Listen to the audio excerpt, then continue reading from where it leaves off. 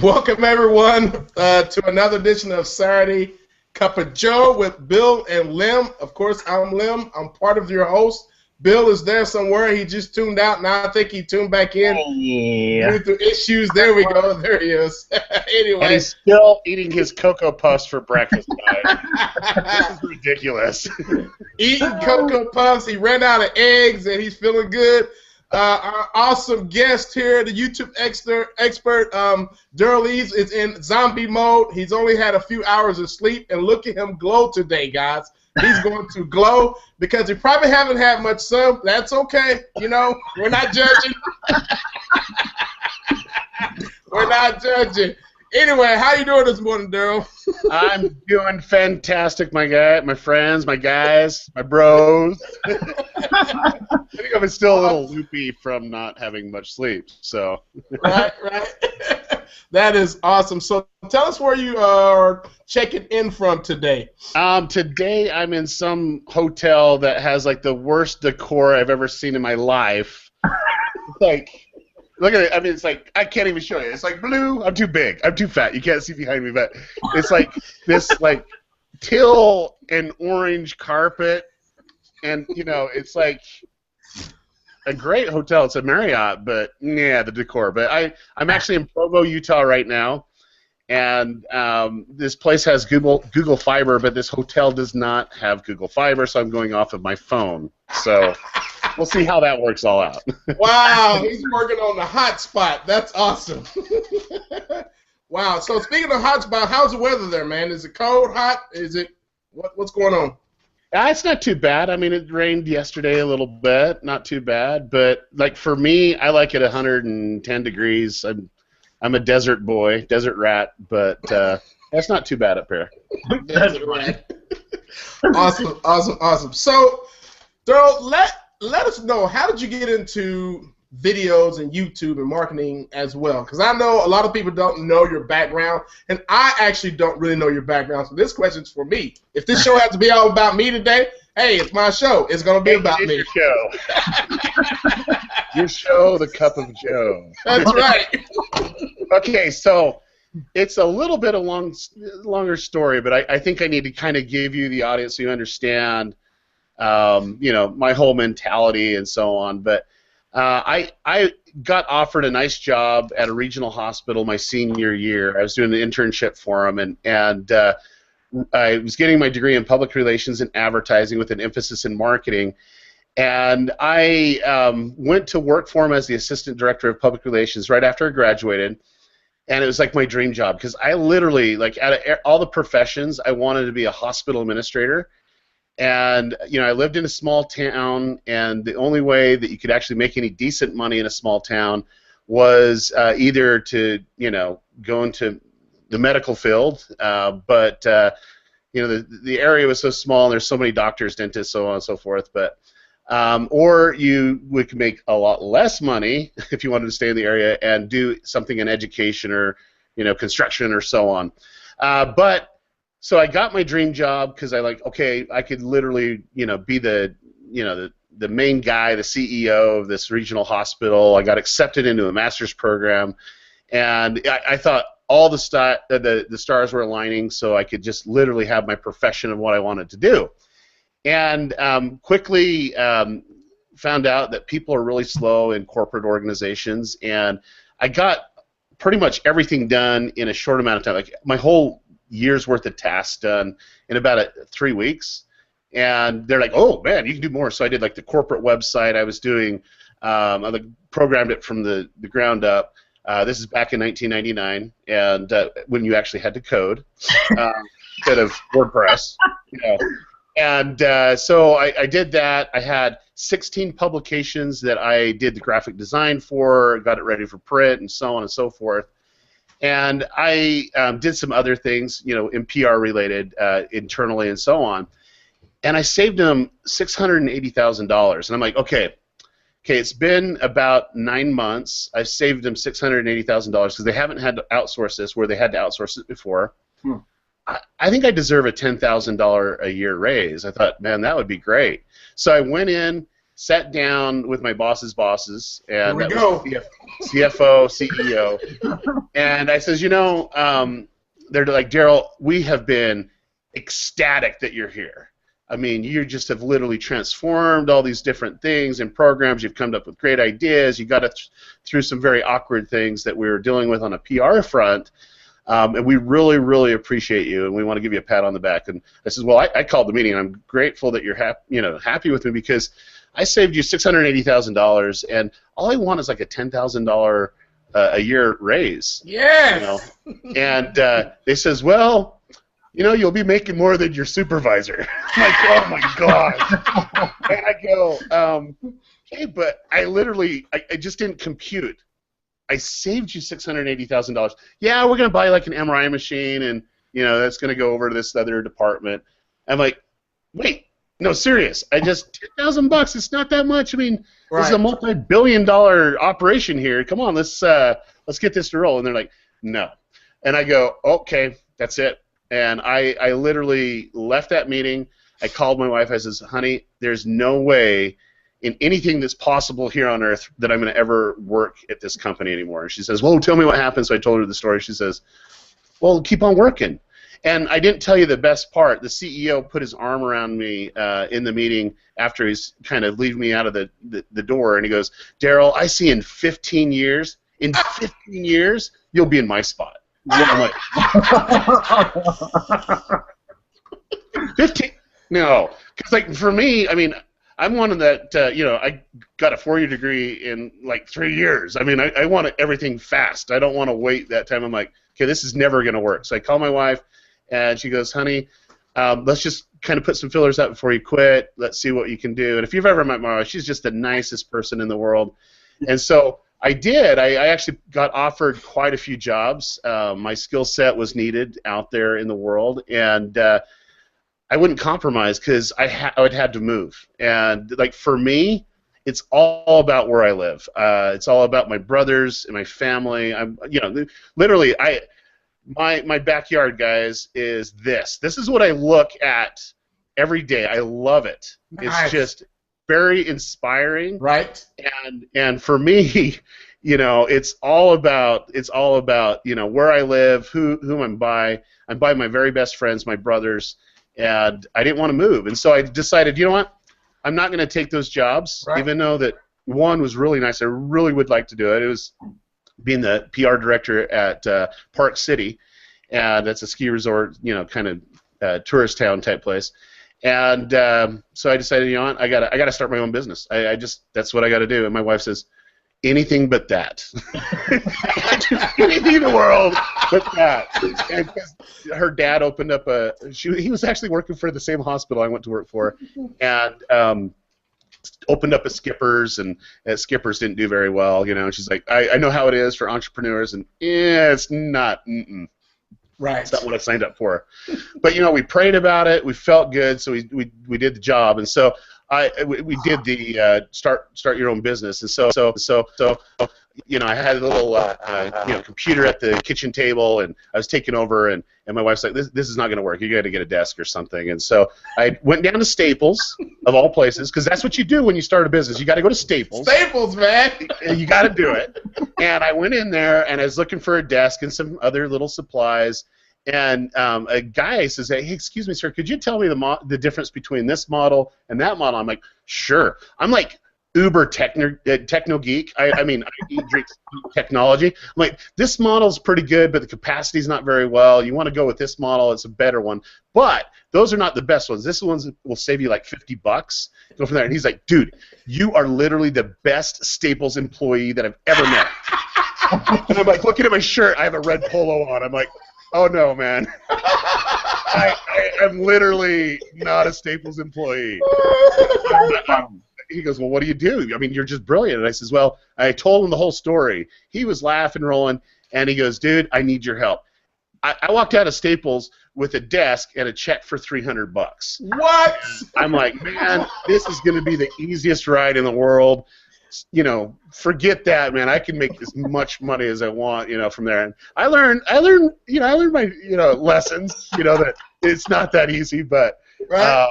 But that's how it started. And I did a lot of graphic design. I'm really weird because I my left brain and right brain function at a really weird rate, so I can actually program and do design. I'm very, like, for aesthetics and stuff like that. I'm my own designer. I'm the worst critic, of every little thing. But so I did a lot of that, and then I got to the point where I'm like, man, I need some residual income, because just doing these one-offs, it just doesn't do it for me. It doesn't float at all. Right. And my dad says, dude, there's two things that you need to know. And he goes, dude, by the way.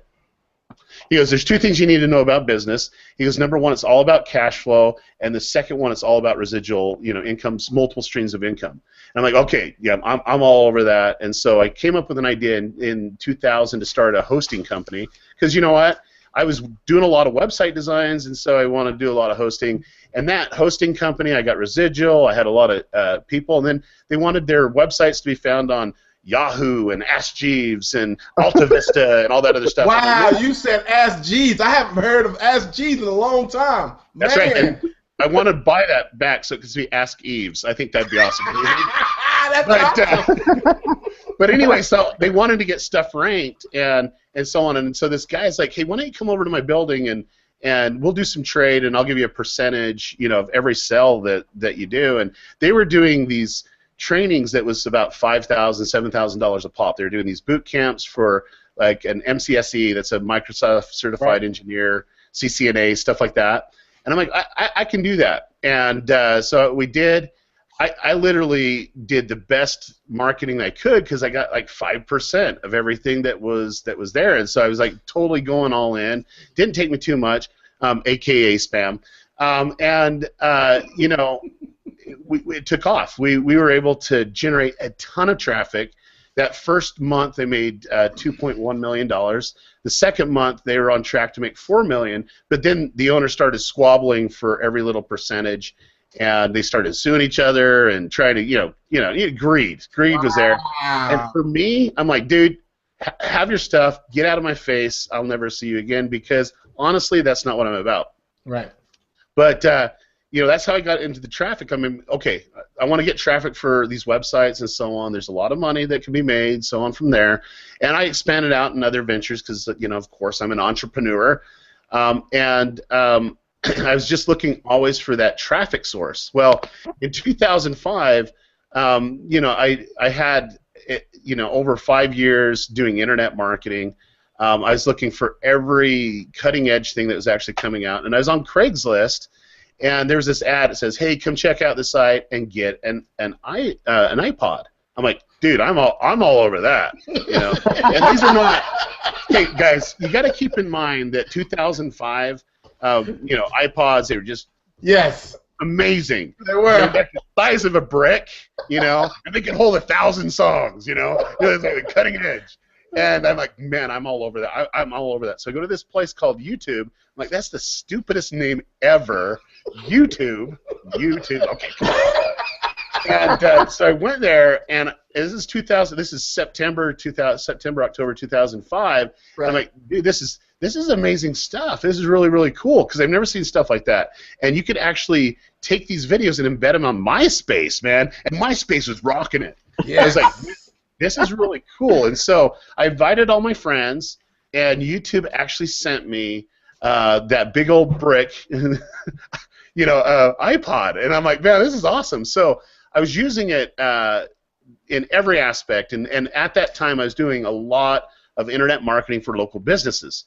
And those local businesses needed some exposure. But we lived in a small town. I mean, hey, you got to be online. Yeah, But the traffic source was nuts from these videos, because it was super high engaging, and people would wait for it to download, just to kind of go on the progress bar. And it was awesome. And I found out that they ranked really easily in Google. I'm like, oh my gosh. And here's the thing, I went back through my how many videos I ranked in 2006. This is the year of 2006. I ranked about 200 and some odd videos, local videos across the U.S. and so on and so forth. And I went back. I was curious. I was like, okay, it's 2015. How many videos are still out there? Nice. On page one. You want to take a guess? All of them? No, I wish it was. It was like 180. Oh, wow. I'm like, I haven't touched it since 2006. So I totally fell in love with this, with the technology. I was getting really good at ranking, the strategies, and so on and so forth. And like my forte is like to try to figure out what I really love. My passion is to try to figure out the impossible and figure out strategies to do it. That's what actually motivates me more than anything else is to really push myself and accomplish something that people can't accomplish in so many different ways. And so that motivated me, and I had a lot of local SEO still, and I know this is the longest story in the world, but you're good. So I had a client that did bug spray, and he would spray different businesses and so on, and he was in a piano store, and they were spraying so on and so forth, and this piano owner was saying, man, I really, really, really, really need someone good with internet marketing. He's like, oh, dude, hands down, you got to use Derral. Go check him out. So got a call, realized that they were trying to do something really cutting edge. I wanted to be a part of it, went on board, and in let's say it was about 18 months, they went from non-existent to a world sensation. They're piano guys. And I look back at that moment, and there's a lot of interesting things lining up. I was just a small component. Those guys are the most talented people in the world. But I think right now they're about 4 million subscribers, 600 million video views, somewhere around there. And I just fell in love with the industry, and I wanted to work on other projects like that, and I still doing consulting stuff for them, and reaching out, and I says, this is fun. I really, really enjoy it. It's a challenge, and basically that's the start. And I've worked on huge projects. I just passed a milestone last month is 1.4 billion video views I've helped generate, and we're pushing. That's crazy amount of subscribers. But the thing that I'm happiest is, I've been able to help people that are super talented, right. Really have a lifestyle like no other, and it's through systems and back end marketing, stuff like that. So that's my story, and I'm sticking to it. That's what they always say. I'm sticking to that story right there. That's amazing. With all that success, man, and all the talented people that you've come with. Let me ask you this. Wait, can I stop you there, right there? Okay, go ahead. All that success, but I didn't tell you about any of the failures, Those failures. Well, see, that's good because success at all. Because, and let me tell you why. Because that's when you bang your head against the wall and be like, why in the world am I even doing this? Why? That's what I was leading into. I was I know you had all that success, but what did it take to get there? What was the worst episode ever? There's never a worst episode because we always get over. We take that situation and we feel like, oh, this is it, But what was one of the most hated moments of your business while you're trying to grow? While you were trying to grow? I'll tell you. I can flat out tell you what that is. It's the easiest thing for me to tell you. I grew the business too fast. I had 54 employees. I wanted to bang my head against the wall every day. It hampered my creativity. It hampered what I was good at because I was being an HR director. Right. And I'm not built to be an HR director because when someone whines to me, I'm like, come on, just suck it up. I mean, here I am. I just pulled an all-nighter, and you're telling me that you had to work 9 hours? Well, come on. So that right there was the worst, and everything, in that time. There you go.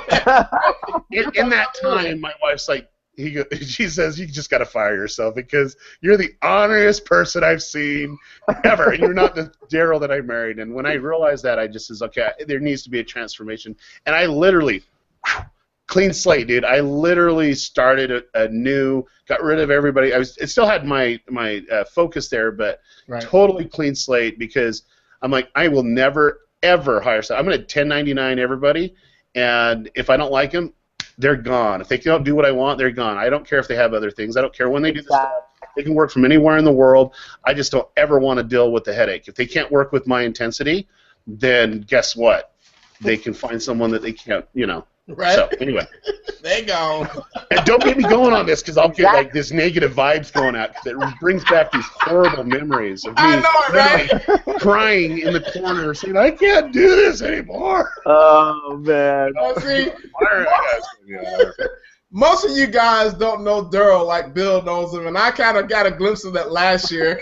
And Derral is a nut. He's just like us. He's crazy. It's true. Oh, maybe not as crazy as you, right? but I'm crazy. So, I remember when the Ice Bucket Challenge was going on, and you were trying to get your brother. How were your brothers? How did you guys grow up? Were y'all like good friends? Were y'all mean to each other? I mean, let me just tell you, siblings, you know. You got to realize the heritage of where I come from and so on. So we're Mormon, we're a big family, but we're mean Mormons too. But when I was 4 years old, 5 years old, one of the cherished Christmas gifts was a pair of boxing gloves. And every Christmas we had boxing gloves because the next day was Boxing Day in the family, right? Go enjoy your holiday because tomorrow's Boxing Day. And, let's just put it this way. I'm one of 10 kids. The meanest person in the whole family is my sister. Wow. Sorry, Sheila. Really? Right? I'm still scared to but yeah, no, we definitely fought a lot. We took our emotion out, and we physically fought a lot. My mom was like, "Oh, they're gonna kill each other." My dad's like, "This is gonna be awesome. It's better than pay-per-view." And no, it was good. It was good, and they're my best friends in the whole world. I would do anything for them, anything. And literally growing up and being a part of that tight-knit family, and we've gone through a lot of tough times as a family, and honestly, that's the whole reason why I don't move. I'd be living in some remote island somewhere. That's where I would like to live. Right. Somewhere in South America or the Caribbean or something like that. But I will never do it. I want to. I mean, my kids live 4 houses away from my mom and dad. They can run up to grandparents anytime that they want. Their best friends are their cousins. That's for me what it's all about. And my brothers have been there through and through all this, and my sisters, of course. But we're just tight. And even growing up, we were tight. And the whole thing on my little brother that's underneath me, two brothers underneath. We had one that died between me and him, and he's like, man, you're the meanest oldest brother ever, but you protect me more than anybody else because everybody's, oh man, that's Derral's brother. We just don't mess with him. And there's a guy, an older kid that's picking on him and didn't know that it was my little brother. And yeah. Wow. Anyway, awesome. I do need to put that out. That was the old Derral. I'm not aggressive anymore. I've literally channeled that energy and realized that, you know what, I can be easygoing and in some aspects of my life and let it roll off and go from there. So that's awesome. Exactly. That's character. You built a lot of character with all your family, your siblings. So that is awesome. So let's talk a little bit about videos here because I know a lot of people are like, "Come on, Lim, get into the meat and potato of things." Well, you guys just slow down. I want to know Derral. I don't know him like that, Skip the old. Let's get right to it. Okay. Right. So let me ask you this: where do you think video is going? Since it's a huge success now on YouTube mainly, and now Facebook is trying to do their thing. Where do you see video in the next 3 to 5 years? I've been telling all my students this for a very, very long time, and not just because I was able to see the inner workings of YouTube and I had to sign a huge NDA, stuff like that, but where it's going is mobile. It's going live interaction. And it's going to be more intimate. That's where it's going to be. And the social component, it's already there. It's going to just be more mobile, social, live component. Right. And there's some really interesting technologies and like Periscope, Meerkat, stuff like that. That right there is, I think stuff like that's going to really, really take off.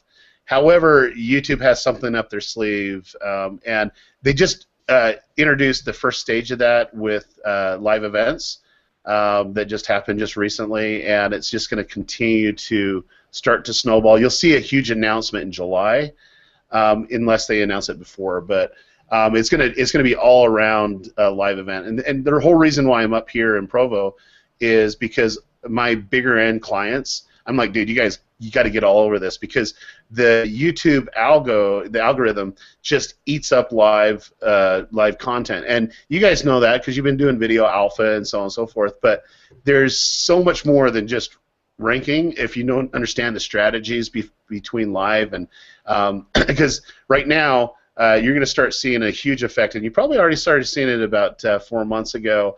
On some of your videos aren't ranking as fast and as easy as they were without having to do a lot of other external stuff. Right.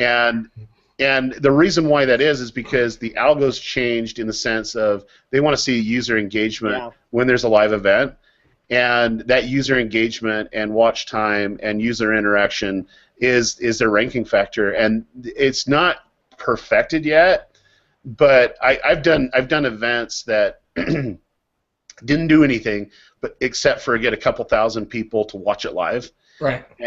And I was knocking out stuff that had a lot more authority on YouTube than I did in other key terms. And I mean, these are some like music niches, stuff like that. It's difficult to get some of those stuff to go, and it was just taking off, and that's where I see it. So it's the future definitely is mobile, it's social, it's live. That's where it's at. Like what we're doing right now, live. Right, right. So do you think I mean, sometimes it's hard to get on live or to upload something live. Will there be functions to make it much easier? Are they working on things like that? Yeah, I can't go into. I did sign it. I feel like a CNN reporter right now. but let me tell you about Facebook, because I didn't sign an NDA, and one of my good friends is the vice president over Facebook Video, and I was talking with him, and they realize where things are going, and so when they acquired Instagram, that's the audience that they're actually looking for. It's like the 8-year-old to 18-year-old is what they're looking for. Even though you have to be 13, nobody's 13. My kids are still on it, but Meerkat's a really interesting thing. Periscope, out of the two, I'm liking Periscope more, even though it doesn't have the calls to action. I know it's kind of in its beta stage, but these technologies, YouTube's already ahead of the game a long ways. But the problem that they have is how do they launch something like that? I mean, it takes a little bit longer time to launch it. And I think they're at the point where they want people to kind of experiment and have that incubator type of period, and they keep on tweaking what they have. Because think about it, who was the first people to actually come out live online? It wasn't Google, it wasn't YouTube. It was like Justin TV or something like that. It was even before Justin TV. I'm trying to remember. My friend Dane Golden was a part of it. I think it was part of the Real Networks or something like that. And then they kind of refined it over a while. But YouTube literally has the audience. They've been doing some very interesting things of multi-camera shots on a live, and they've baited that out on a few different channels. And they're really trying to make it so it's the hyper-engaged user experience. So you choose your own camera angle, and you're getting more involved with the area of where you want to be, and I truly believe that's where it's at, 100%. Nice. Tell us a little bit about Periscope, because I know there's some people are going, what's Periscope? They're trying to write it and jot it down. Tell us a little bit about that. Okay, so Periscope is something that was developed by Twitter. I think they just basically copied Meerkat, but basically it's Twitter's version of video solutions, and you can literally turn on your phone, uses the cell phone internet, and you are literally live streaming with just a tap of the button. And people come on, they'll get notified via Twitter, they'll get notified via phone, and they'll come and you'll interact with them. I think it's a technology that I don't think there's a set strategy that's working out there. Right. The ones that I see start really taking off are musicians that just, hey, I'm on the street playing and performing for people, and I'm going to just put my phone on it, And I see a lot of those happening right now, and so there's some interesting, with the people that I work with, some interesting aspects to that. But I've seen like the one I'm most engaged with is like a news anchor. The news anchor literally puts she puts the cell phone right where she's at, delivers the news, and then when they go to break, then she's like talking to the people right into the her scope and getting people to interact. And I mean, it's fun. It's fun, and the whole thing is reality. Is people want to peer into people's lives, and that's a powerful platform to do it. That is awesome. Very awesome. Bill, were you about to say something? No, okay. Okay. I'm just amazed. I was looking up Periscope. I'd never actually seen that before. Okay, awesome. Yeah, awesome. It's fun. It's just emerging technology, and I think so. I think if Snapchat actually develops the same type of version, which they're going to, they'll pretty much dominate out there because it's wherever those 13 to 18-year-olds go. Yep. Really. And right now they're really not on Twitter, but Snapchat, Instagram for sure. However, I think Periscope might pull them over. I really do, unless they do something quick. Because I think within the next 6 months, if Snapchat doesn't do anything there, I think it's game over. So. Okay, awesome. So you're the main man. You're the man with the plans. He's Derral Eves, y'all. I want to ask you this because this is for a newbie. A newbie just inquired a client. He's a marketer. He knows how to do video. He knows how to run ads and whatever. What should this newbie do first for a client who is wanting to get exposure online? And particularly, he needs traffic. So what would you recommend that person do? Because with videos, you got to rank, and it's going to take a little while. But with traffic, what would you do? I'm just going to stop right there. Well, honestly, that's a loaded question because I don't even know what the person does. Okay, I don't know what their metrics of success, what they're actually looking for. So. Okay, let's just say they are a insurance company. Let's just go from there. Okay.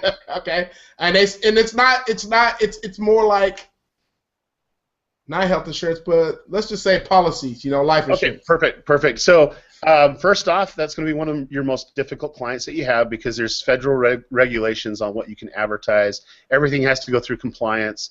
If it's an independent agent, you'll be a little bit easier to work with them.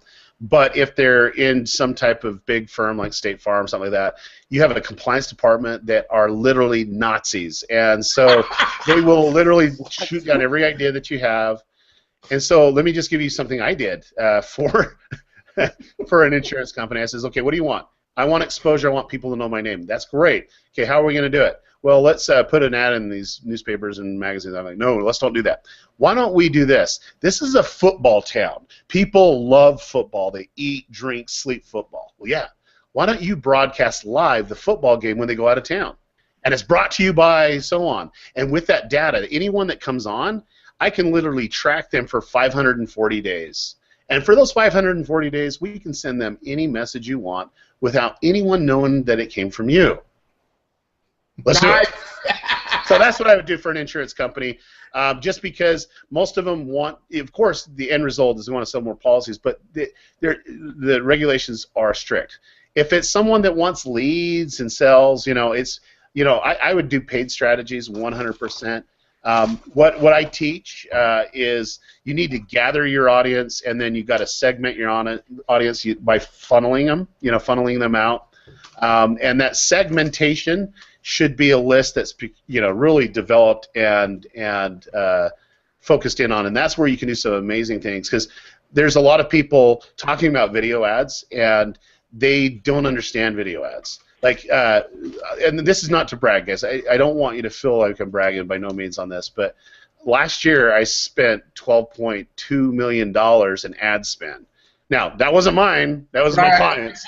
But I know what works. I know what doesn't work, and my feet are held to the fire, but they give me a lot of room that I can try some interesting tactics. Right. They'll say, oh, just use $100,000 on that. Okay. You can do a lot, split a test $1,000 on a strategy. And so, doing that for years, you have a good understanding of what's there, and not only just being a Google certified partner and AdWords certified, and all the certifications go down, but realistically, just understanding it, placements and video ads, people don't really understand what they're doing, and even with the people that says, "Oh, go do the little placement on your competitors, and you can go from there." No, that's like out of all, like if I was to list the top 10 things, it would be an 8 of the least most effective way to do it. 1 being the best, 10 being the worst. It'd be about an 8, because the reality is there's stages of advertising, and if you can literally work with a list, and that's where you truly understand how to do list segmentation and profiling and have all the tools work together, then you work it down so that when you said, I'm ready to launch my campaign, and so for every $1 that I spend, I make 12. Right. And who wouldn't do that? That's right. That's right. Awesome. So, you don't seek out business anymore, do you? I seek out interesting projects, but they tend to come to me. Right. And it's like I'm bidding. Okay, we just got a huge job. And that was because of another job I did, and they kind of referral, but we still had to do. There's an RFP. We had to do a proposal and everything, but and those are the type of jobs I want to do now. But we're on the verge of getting this one that they didn't seek me out. I kind of seek them out by working with the team that was going to do it. Mm-hmm. And if we land that, I'll be the project manager on the whole thing, but producer, stuff like that. But what will be really, really fascinating is I think it could be a campaign that people will talk about for years. Wow. Years to come. So yeah, I want to do stuff not just to say, hey, I've done this, but to really make a difference, and really just utilize technology and understand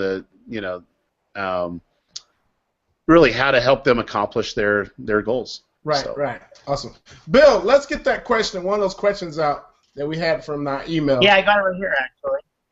We got a lot of questions. Well, what I'm going to do is I'm going to not be the long-form speaking Derral, and I'll be very short. So we can get through these questions. I'll tell you when it's time. Calm down. Well, yeah. No, well, I'm just saying, I know you guys do it for an hour. I'm here. My daughter is sleeping in the other room, so I'm good. She's a teenager. And so they'll probably be asleep for a while. All right. Go ahead, Bill. Go ahead, Bill. Okay. Doug, can you hear me? Yes. Yes. Okay, I thought you couldn't hear me. Doug Leitz asks, I've heard that current YouTube annotation will eventually be completely phased out in favor of YouTube card system. If that's the case, how will we be able to make our end screens clickable in order to direct viewers to other videos, playlists in our channel? Okay, Mr. Doug, let me tell you right now that they are going to go away, but YouTube realizes this is an issue. That's why it didn't completely go away. Cards will have the ability to select, and you'll be able to work it in a way, because think about all the different videos that they've been telling for years. Okay, in the playbook, the YouTube playbook, this is what you got to do, and this is how you do it. I mean, you have a kabazillion amount, and kabazillion is a real word, amount of YouTube videos out there that it would be invalid. And guess what happens if the click rate goes down? You don't have that audience watch time, where the session watch time, and that would really tick off YouTube, because their whole purpose is keeping people continually going down the path. So they realize that it's a problem. Be looking very quickly, because I'm on a beta for some clients. It's like top tier clients, and we've done some pretty interesting things with cards. And I've had the discussions, because with the engineers that are on that, we have to kind of go back. That's part of being in the beta, is we tell them what we think, and that's definitely been addressed several times, and so I know it will be taken care of for sure. Interesting. Wow. Okay, cool. All right, go ahead, Bill. Keep it coming. Next question, Bill. Come on, Bill. Give it to me, Bill. Is there a way to toggle? Yeah, there's a way to talk.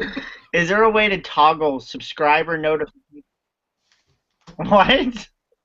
Toggle subscriber Can notifications. you hear me now?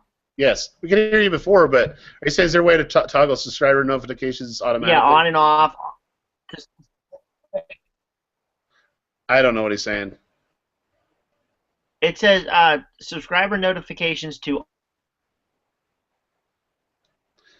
Okay, Really? I don't really This is understand the funniest thing ever because he's like, "Hey, here, we'll do this one instead."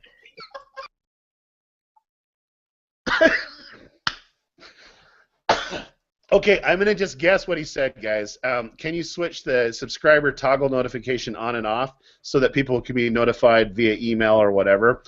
No, and they make it. It's like a double opt-in. It just drives me batty because, and that's one issue that YouTubers have is less people that are subscribed are getting their notifications that they're coming, and because they go off of other metrics.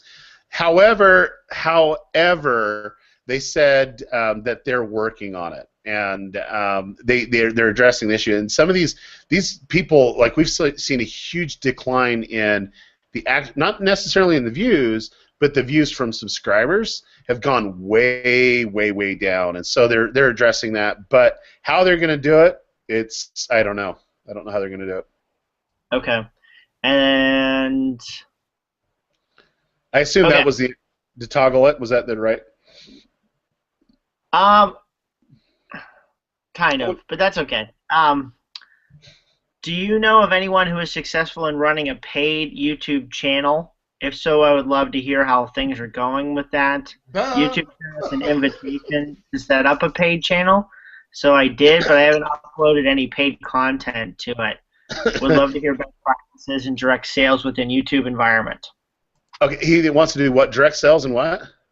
No, he's just saying he just wants to understand the best practices, ideas for doing direct sales within the YouTube environment. But with a paid channel, or is it two questions? Yeah, he has a paid channel. He got an invitation to set up a paid channel, so he did, but he has not uploaded any videos to it yet. Okay. So what I would do is start another channel to do your other stuff. The paid channel strategy, you can make money at it. It's still a concept that people are still scratching their head. I have to pay for YouTube? What? You know, kind of go from there. However, if like I wouldn't do it as a paid-only channel where they just pay you monthly. Stay completely away from that. That's not going to work. They realize it's not going to work. That's why they introduced other things where you can actually rent or purchase one video. So if you're make sure you didn't do a paid subscription channel. If you didn't do that, then the other option comes in where you can have upload videos, whatever video you want, keep them public, and then you can select the monetization on that to be, hey, I want that to be a rental or I want that to be a purchase. Okay, cool. And the direct sales, for sure, I would do paid strategies 100%, and then work on an organic strategy for sure. Yeah. Okay, and then the other one was, is there any advantage to uploading my custom video thumbnails at 1290 by 1080 aspect ratio? I'm thinking that the bigger images may display better for people watching YouTube on big TVs. Your thoughts? The custom thumbnails? Yes. They shrink them down. 1280 by 720 is the max size. Okay. So if it's bigger, it'll just shrink it down to that size. All right. And see, this is called we're rolling quick here. I know it, but we're getting through it. I love it. is there a way to embed, integrate, append the comments from our YouTube videos over to WordPress blogs, similar to what we do with Facebook comments? You can do it with Google Plus, but you cannot do it with YouTube specific comments. No. Okay. And that's it. So that's all the questions. Oh, okay. Yeah. Google Plus is it here to stay, Derral? So I've literally explained what Google Plus is. It's not. I know it started out as a social platform, but you got to realize what Google's using it for. And it was like the center of the Googleverse. And what they're trying to do is profile people even further. And even though that they're kind of moving in different directions, they're still adding new services to it. But all they're trying to do is get as much information as possible about the viewer to deliver what the viewer wants, the user what the user wants. So that's the way they'll make more money. And that segmentation, you can do amazing stuff with it. You don't know the name of the person. You don't have the email address on, in a lot of aspects of it, but you definitely have all the other data that you can kind of select down and hit them specifically with an ad campaign. So very nice. All right, thank you, Bill, for that nice delivery of questions, man. I think that was like the most highlight of my day. That's like the most I've heard you talk on the Saturday Cover Joe in a very long time. Now, I'm knowing Bill like I do. I'm just surprised he's awake. I mean, is that why you had to do it like at 10 o'clock? I mean, because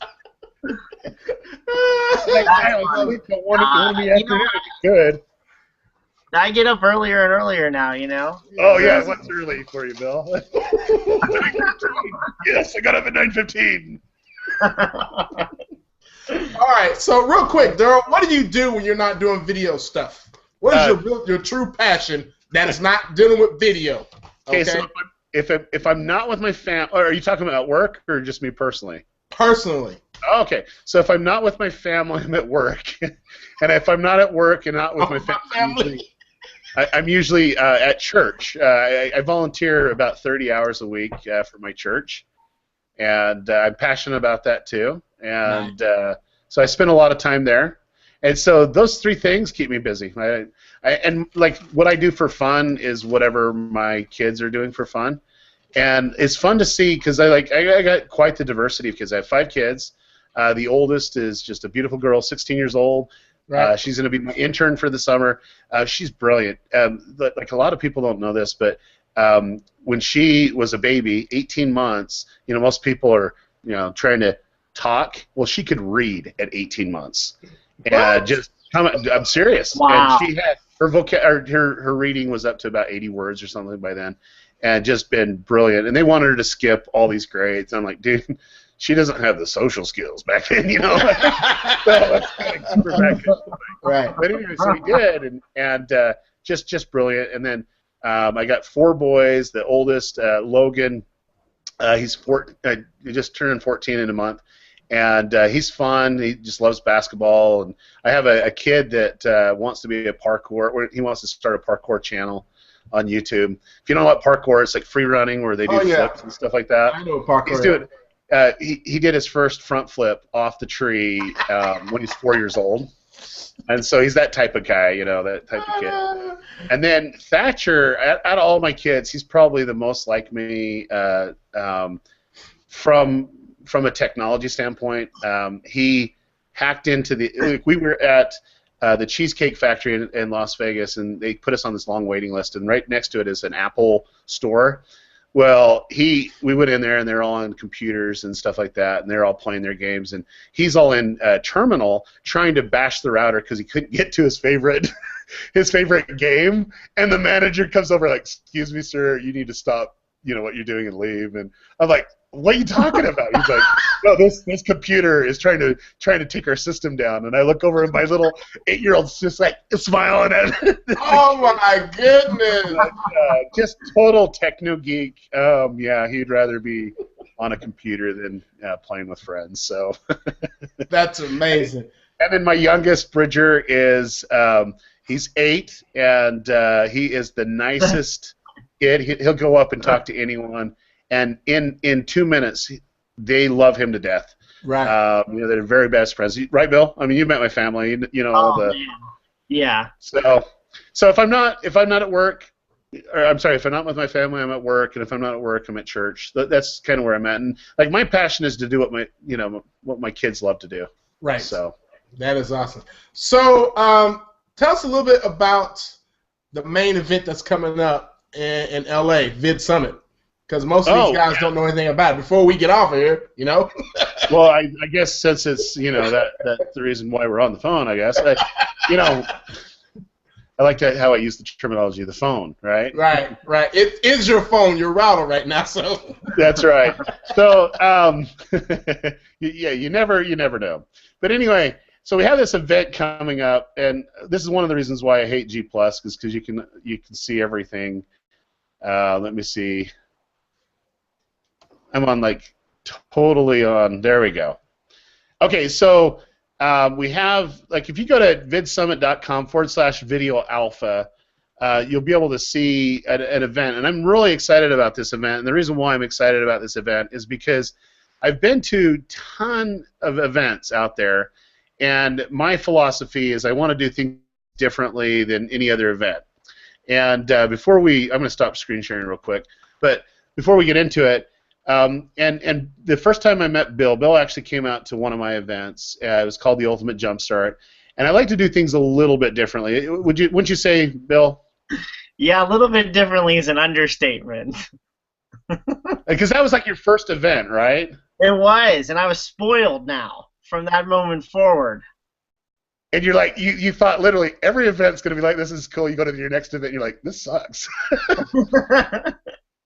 But for me, it's I want to do something differently. So I've gone over the course of my career. I've gone to a ton of different events, and basically, it's someone up there trying to sell you on something else. I mean, it's been that way for a very long time. Let's go to the back room and we'll sign up.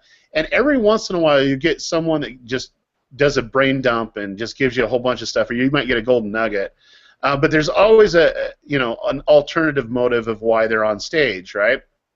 And I was asked to speak quite a bit out there in the world, and I went out and I would speak, and literally I wouldn't pitch, and people would get mad at me. They're like, dude, we brought you all the way over here? I'm like, yeah, wait, let's see, I paid for my plane ticket, I paid for the room, and, okay, I'm doing it because I'm passionate about what I'm doing, and I want to give something back to the community. I want to give them ideas. So we held the Vid Summit for the very, very first time.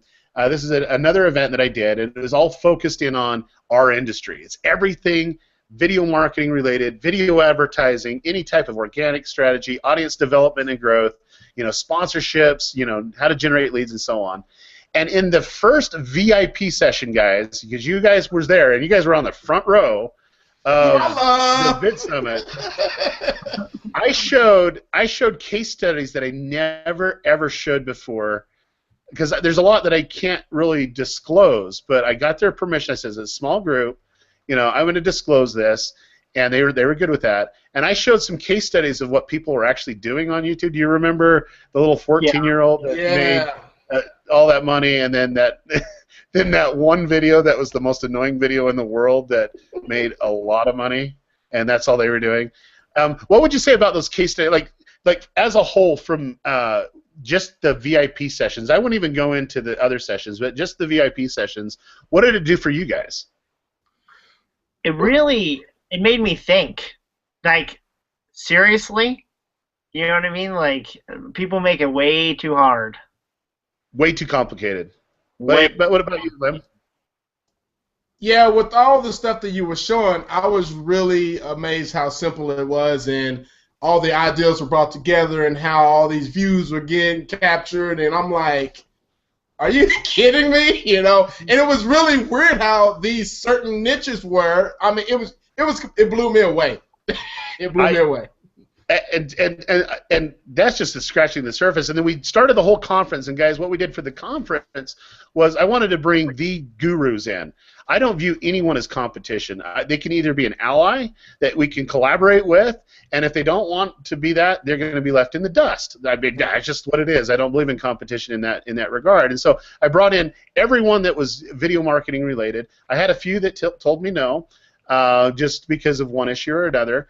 And I literally brought them into one place, and it was literally an amazing video conference, because all we did was pulled back the curtain and showed everything that we were doing. And out of all the speakers, guys, what'd you think? I mean, and throw in the mastermind, what we did too, to how to apply it. What's your thoughts on it? Well, I love the mastermind because now I can testify myself. Now that I know, well, here's the deal. I traveled that far to California, and you put us in a group. So what happened, the group you put us with, it's a guy that lives like probably 20 minutes away from me here in Dallas. Would never known that, you know. Yeah, and I see this guy like every month now or a little less than that, you know, and we're always at the meetup, and it's amazing. I mean, all the people that he's bringing to the table now, I mean, it is crazy. So you never know who you're going to meet or collaborate with when you go to these type of deals, especially your event. So yeah, for sure. That. Yeah, and you know, we were sitting there, and I thought to myself, I know Derral's going to put me with the analytics guy. I could just feel it, you know. And of course, I ended up getting the analytics guy, and I'm like, great. I'm going to talk about analytics for the next hour in this mastermind, right? And I feel you, man. You need some sleep. There we go. Okay. It froze. I was like, what happened? He said that we got with the analytics guy. So, you know, and I'm like, I'm sitting there, and we're getting put into mastermind groups, and I'm like, all right, Derral's going to put me with the analytics guy. I can just feel it. And I'm like, I do not want to be with the analytics guy. That is the last person. I'm Mr. Social. He's not going to be Mr. Social whatsoever.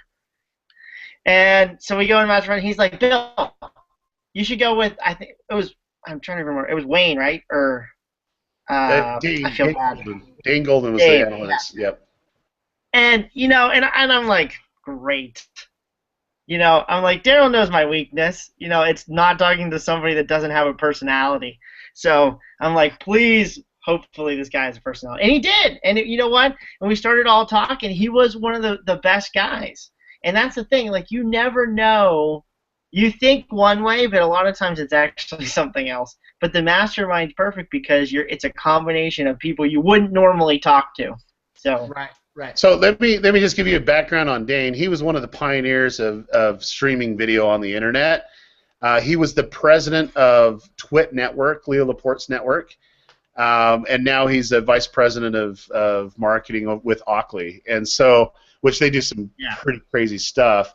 And the reason why I put you there, Bill, is because I knew you, and I know your weakness. And until you get over that little weakness of understanding that, you're never gonna have it roll like you want it to roll, man. So, sorry. I know, but it was good. I liked it. He was great guy. It was a lot of fun. I enjoyed it, and I'm glad you put me with the analytics. Yeah, that's right. That's right. Well, and the whole thing is, I wanted to put together a place that we could actually bring the brightest and best, and have a transparent discussion, because the pie is so big. You can't, even though you think you're competing with someone else just because they do the same thing. Like Lim lives in Dallas, and Jeremy Vest lives in Dallas. Right. They don't even come across the same people. No. You know, they're going in different directions. You know, and it's just huge. And this industry, there wasn't a conference like this. There wasn't anything out there that was really like this. There was something similar. It's called the Real Summit, but it was focusing on people that worked for Fortune 500 companies, stuff like that. And big brands and businesses, not for people like me. And I'm like, okay, I want to pull something together. So we did the Vid Summit, and brought the people in, and it turned out really good. I literally limited it down to just a few people. I didn't want to open it up. I didn't really want to sell it. I really didn't sell it. But we had just under 100 people there, and it was amazing. It was an amazing experience. And so I really like the intimate feel of that. And so we're only doing 200 spots left, and I think we're down to just a few spots left. But let me tell you the difference between the conference last year and the conference this year, and let me really break it down to you, because this right here is amazing. If you go on, you can see different testimonials by the people that were in attendance, and you can click this play button, and it will kick out a video, and I'll track you for 540 days. Just keep that in mind. But the people that we have coming are literally the most amazing in the industry, and I want to tell you a little bit about these guys. So Jeffrey Harmon probably is one of the most brilliant people that I've come across.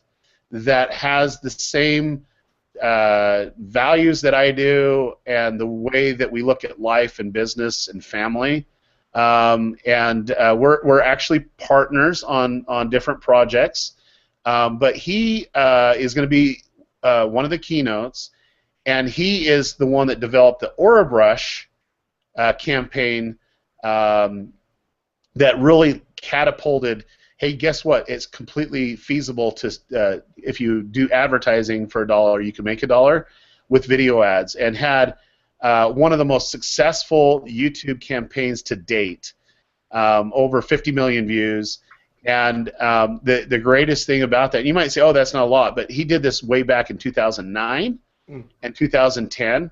And YouTube just came out and announced the most powerful campaigns, the top most powerful campaigns, and he had 2 of the most top powerful campaigns on it. And then you all seen that, Bill and Lim, I showed you that poopery video, right? The ad. Right. This is the guy that did it. This is the guy that put it on, and so he knows his stuff, guys. I mean, out of all the people that you could get, he doesn't. The only place that he'll go and speak, he might occasionally go to like VidCon to speak, occasionally, like when he feels like it. But Google, like he goes to speak at Google and YouTube a couple times a year, or at Google-related events that they ask him to. Nice. And then the next guy, Ricky Ray Butler. This is we worked on a project together. We were, like, the 3 of us were producers on this huge project, and so I got to know these guys really well. And just an amazing guy. But what his skill set is hey, he goes, there's all this advertising money that's out there, branding money, and let's put them to people that have influence, and the YouTubers. And so he started this company called Plaid Social Labs, and basically he'd go out, find a brand deal like J.C. Penney, and then take it to Hank Green, and he'd take 10%, and then the YouTubers just loved him because he was just kind of go through it. Well, he has this model now that was just working for the last 6 years. He's been doing it, and he just a couple weeks ago just got his company acquired by Bill Gates' company, which is crazy. Oh, okay, it makes sense now. And I can't disclose any further because he bootstrapped the whole thing. He did it by himself for 6 years. He's 100% owner, and let's just put it this way: he can do anything he wants. Yes. He is now set. Right. I think he's locked into a 3-year deal with the transition, but that's kind of normal. But okay, this next person is from. He lives in Texas. He's down by you, Lim. And he's going to be with us next Tuesday. That's what I'm talking about, Dallas people. Sean McKnight. He's probably one of the most brilliant marketers, behind-the-scene marketers. He grew a channel about cute girl hairstyles, and then he had a spinoff. He had 2 of the twins that they do the hairstyles on that started their own channel, which I think is going to be one of the most powerful channels on YouTube, because in 1 year they went with hardly anything to 1.4 million subscribers. And we did some work with them with a couple other clients, and they are down to earth, solid the earth people, just great stuff. Well, he's going to show really how to build an audience and the metrics that he looks for. And I think it's 5 million subscribers now since we put that. So he's going to be a keynote. I'm going to give my words of wisdom. I got some case studies that I've never shared with any before. I'm going to just open it up and show you step by step. We have the female persuasion coming, which we didn't have. We had it remotely last time with Ifat Cohen, but we have Allison Stern. She's like she used to be a YouTube employee that is the co-founder of Tubular, which is one of the coolest tools that I use to really help me figure out I said I don't believe in competition. Fill out competition.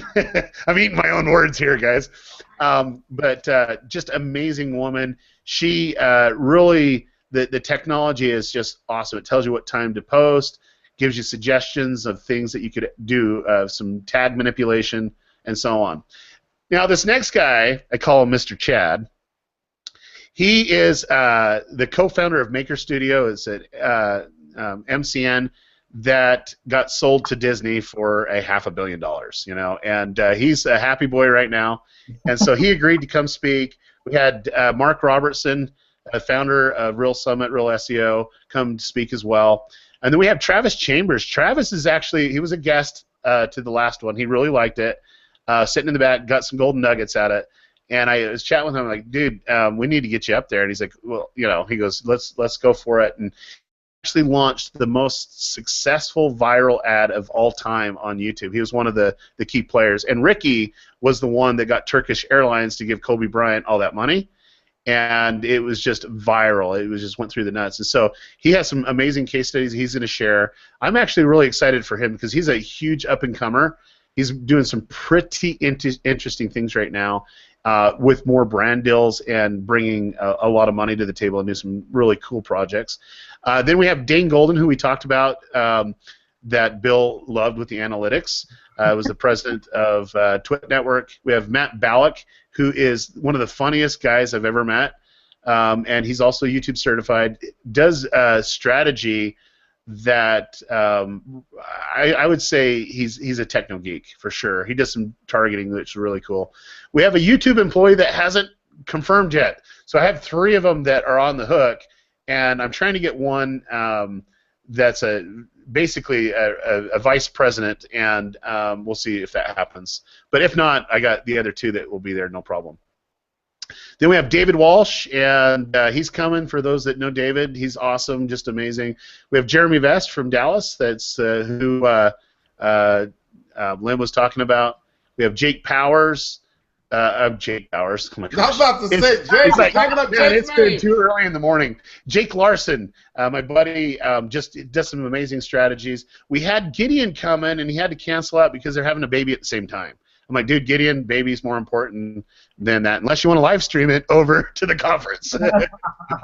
But and then we have Tommy Powers. But just literally, we have the best in the business coming to this event, and you can get more information if you go to vidsummit.com/video alpha, and you can kind of see the things that are there. But the reason why I wanted to do this conference, I wanted to do it small, is I believe in tactical marketing responses and behavior advertising responses, and I brought the best in, and what we're focusing in on is how to generate sales and leads, how to do bigger brand deals, how to create an audience, how to really make money with video.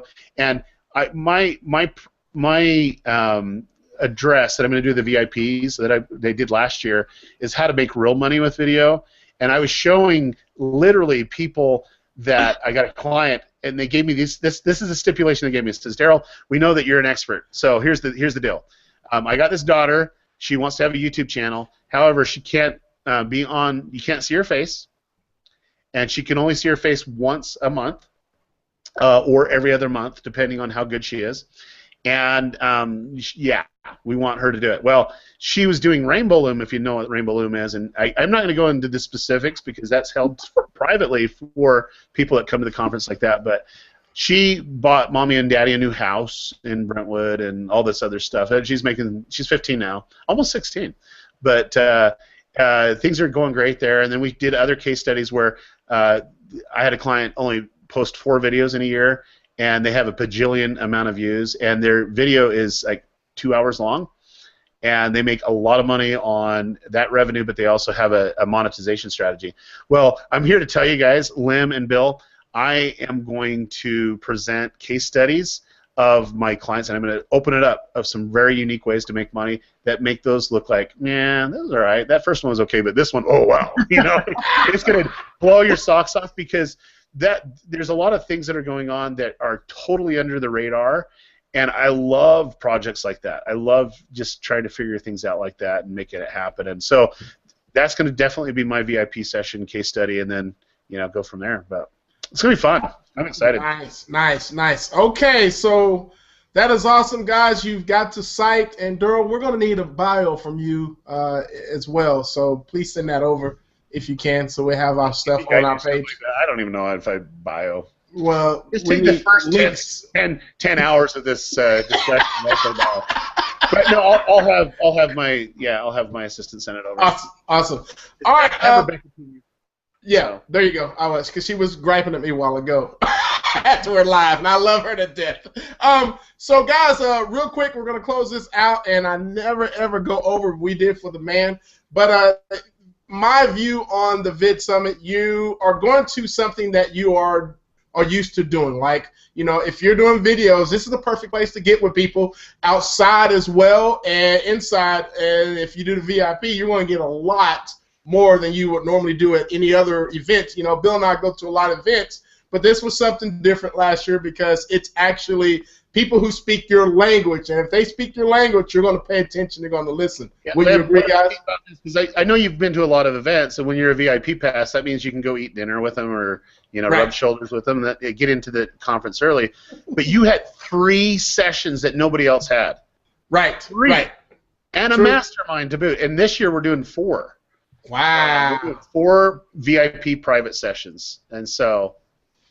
Nice, nice, nice. So I encourage all of you guys, not just because it's just Bill telling you how to do this. No, you need to go if you're serious about videos, and because you'll learn a lot. Even if you don't learn a lot from Derral, you're going to learn a lot from that guy next to you who might be doing the stuff that you're doing, and he will have that answer. Someone's going to have that answer for you. This is not like those other, trust me, those other events. And I love that about this. And I actually sat next to you because we were at the head of the table at one of our dinners.